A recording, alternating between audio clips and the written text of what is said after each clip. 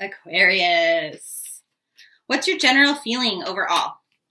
So they're saying this is a hard work month. You're working hard, but you're also enthused and you're excited and you have this like joyful, like anything is possible kind of an attitude. So that's good. What kind of challenges will you be facing? That you're not getting enough rest, unfortunately. And so that would be important because you're more productive if you're actually getting adequate sleep. So the goal for you is to be very attentive to details and things. This seems like a very work-focused month so far as we're starting the reading. And it doesn't necessarily mean in your career. Maybe you're unemployed. Maybe you're retired. It could be just work on your friendships, or it could be work on your relationships. But I guess we'll see that as the reading progresses. So what is your general advice in the month of March, Aquarius? And they're saying something's out of balance in your life. It's probably your sleep, obviously.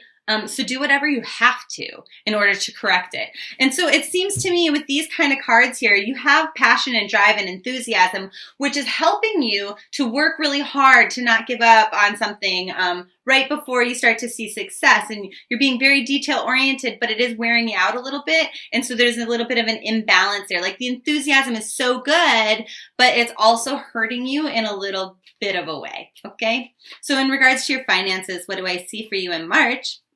And they're saying, well, there's really not that much that they want to talk about with you. They say that things are going to change and you're going to feel like more balanced. This month might be kind of challenging, which is why they just don't want to talk about it, because it's not like a curse. It's not like bad juju. It just is. It's just the circumstance, you know? And so what's something that you can think about to help you move through this energy, or like what is the lesson here? And they're saying figuring out what it is that you're supposed to do. And I think that's why they don't necessarily have so much to say about it, because you have this motivation, you have this inspiration, whether that's for like a project at work, maybe that's starting a new business, whatever that is, you have it. It's just a matter of waiting for the results to pay off. And so your guidance in regards to that is expressing yourself through music is going to be really, really helpful. It will help you to either dance, to like sing at the top of your lungs as you're driving to work, things like that, to kind of just release any energy that's a little bit fucked up and maybe blocking you from the things that are good that you need. Okay. In regards to your love life, if you are a single Aquarius, what's up in March? And they're saying you're being really honest with yourself and with other people, although there are some things or some people, some ideas that need to shift, that you need to move away from, but you haven't yet. Okay, so if you haven't seen the Chords of Attachment video, there's a link in the description box below. That'll really help you to, it was designed actually in order to help you get over an ex, okay? But you can also use it to help you get over different thought patterns. You can use it for really anything that's kind of self-sabotaging. Okay, so what are your challenges for single Aquarius and trying to bring love in the month of March? And they're saying it's that work-life balance. It's that you're not viewing other people as necessarily, you're just maybe not meeting people who have the same drive as you, who want the same things as you. So how can you put yourself in a position to meet people who are more like-minded? And they say just having that faith and optimism that they do exist. Okay, that's huge.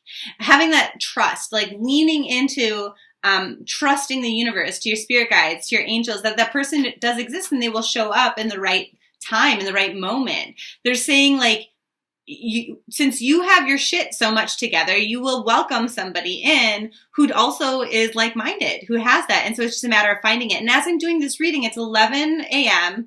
It's 11:22 a.m. Okay. So it's like, make your wish. And then that stability and that harmony with the 22 will come for you. And it's a promise from spirit, because 11 is about your wishes. 22 is about harmony, peace, love, balance. It's kind of like, for those of you who know about crystals, it's like the rose quartz energy, okay? So all of these things will come in for you, all right? But then the bonus is 22 plus 11 is a 33. Now, a lot of people make a mistake in numerology and they add the 3 to 3 and they get a 6, which is about balance. And yeah, whatever. Good. Balance is definitely needed. That would be a message. But 33 is a number that you don't reduce. And this is because it is a very spiritual number. It's a number of ascended masters like Jesus, the Buddha, like the Prophet Muhammad, like all of these things. Okay. Now, that 33 number is a very spiritual, like, promise. Okay. So not only is spirit promising you, single Aquarius, that you can have what you want, that it can be peaceful and balanced and harmonious, but they're almost like guaranteeing it will come. You just have to trust them. You just have to lean into that trust. You just have to believe with that full energy that anything and completely everything is possible. All right. So this is an excellent month for manifestation if you can truly believe that you will get what you're asking for in regards to love. Now, what's up for coupled Aquarius in March? And they're saying the give and take is a little bit fucked up. I don't know if it's that you're not giving enough time and energy to your partner, maybe because you're worried about maybe you're really following through with that enthusiasm in a different sector of your life, or maybe you're not receiving enough.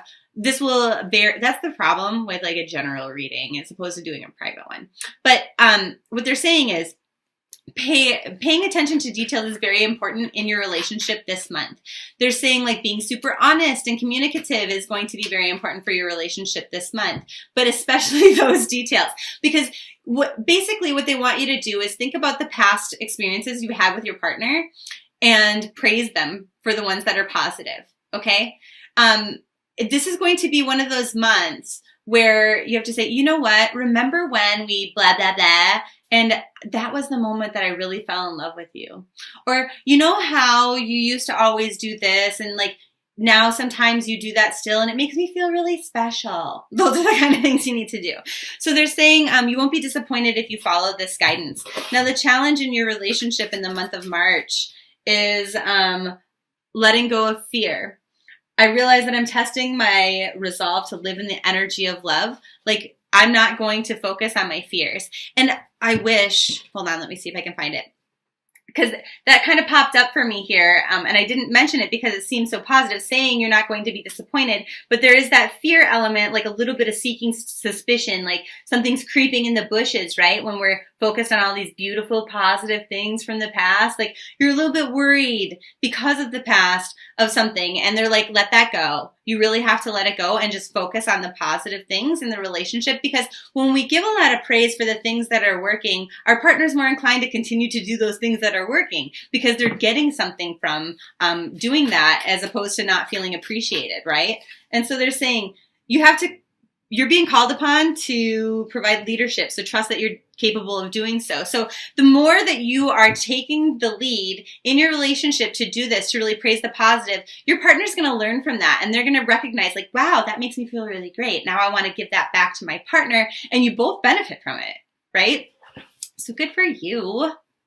Okay, now in regards to your emotional health or your personal development in the month of March, how will you be feeling? And they say like you haven't maybe put everything that you need to in the past, that fear, that suspicion, a little bit of paranoia, you got to let it go. And so they're saying big changes will come, and you will entirely shift your perspective, and blessings will come from that if you can release it. So what are the challenges in releasing that fear? And they're saying envy. Envy, that's huge. Now, I want to mention for you guys, a solar plexus chakra meditation might be really helpful for you in the month of March, because a lot of this is about feeling powerless. Okay. So a lot of this fear that we're generating, that we can't control things. And it's not that you want to control things, but it's like this powerless energy of like things happen and I can't control them, and it fucking sucks and it hurts. And oh my God, somebody feels like shit right now, and I am crying on the inside for you. Oh my gosh. So anyway, but a lot of that is coming from envy.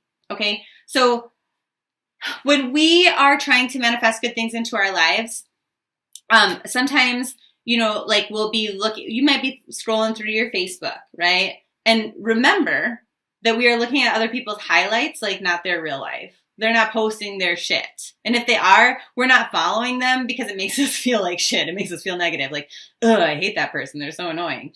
So anyway, we're looking at their good news, right? And maybe you see that so-and-so's husband buys them jewelry. And instead of being like, oh, how sweet, I'm so happy for them, I love that that happened, you're like, oh my gosh, my partner doesn't buy me jewelry. Or, oh my gosh, like, she's so whatever because she's bragging about it online. Like, those negative feelings, they don't serve you. They don't hurt the other person. They hurt you. They make you feel like shit. So get over it.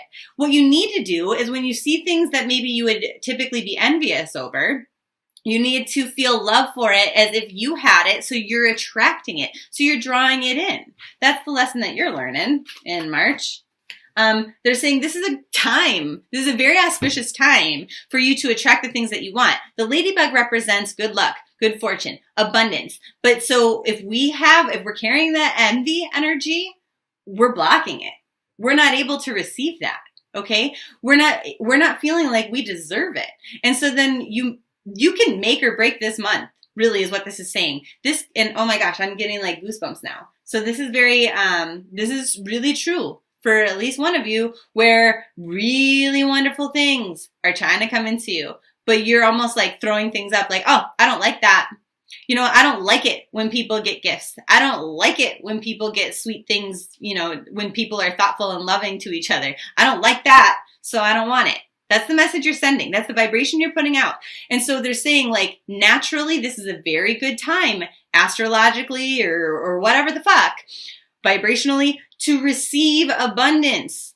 The universe is trying to give you something really great. So keep your energy in check. Be vibrating at love or above so that you're bringing in all this stuff in, because you're only hurting yourself if you're being envious. Okay? You have to be willing and open to receive all these good things in life.